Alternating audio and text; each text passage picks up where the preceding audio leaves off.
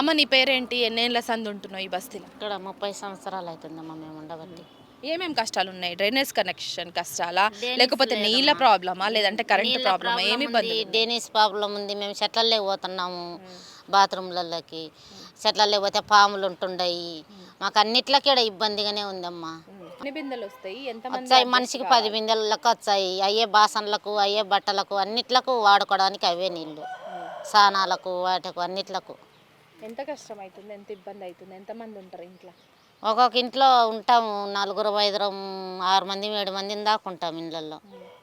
అంటే 2 రోజులకు 2 బిందెలు, ఆ, బిందెన్నర అంతే అంతే మనిషికి. మనిషికి. ఎట్లా అడ్జస్ట్ అవుతున్నారమ్మా? అట్లనే తాగడానికి కానీ, అట్లనే బట్టలకి, ఇళ్ళల్లో బాసన్లకి పని చేసే అన్నిటికీ కాడ ఎట్లా? తెచ్చుకుంటాం మేము నీళ్ళు. ఇళ్ళల్లో పనులు చేసుకుంటాం కదా, అక్కడ తెచ్చుకుంటాము. ఈ చల్లకాలం అంటే సరిపోతాయి, ఎండాకాలం అయితే ఇంకా పూర్తిగా ఇది అవుతాం మేము.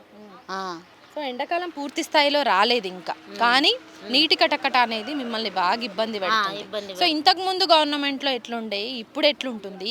అప్పుడు లేని కష్టం అప్పుడు ఇప్పుడు మాకు ఇంకెందుకు ఇప్పుడే స్టార్ట్ అయింది? కేసీఆర్ సారు మాకు ట్యాంకర్లు కూడా తెప్పించున్నాడు. ట్యాంకర్లు మేము పోయి ఆడ కంప్లైంట్ ఇచ్చిన కానీ ఆ సార్ మాకు ట్యాంకర్లు కూడా పంపించున్నాడు.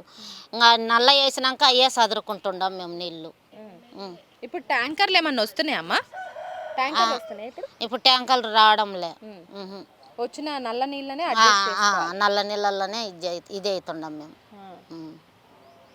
ఇంకా చాలా కష్టం నీళ్ళదంటే.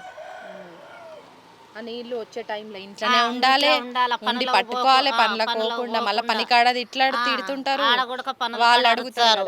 ఆడ పనుల కాడ ఇంత టైం అవుతుంది, అంత టైం అవుతుంది అని వాళ్ళు అంటారు.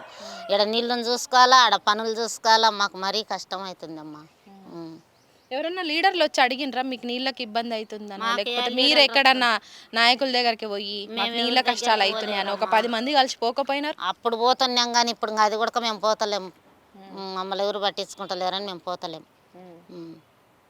సో మొత్తానికి అధికారులకి, నాయకులకు, గెలిచినటువంటి నాయకులకు ఏం చెప్పదలుచుకున్నారు నీళ్ళ విషయంలో?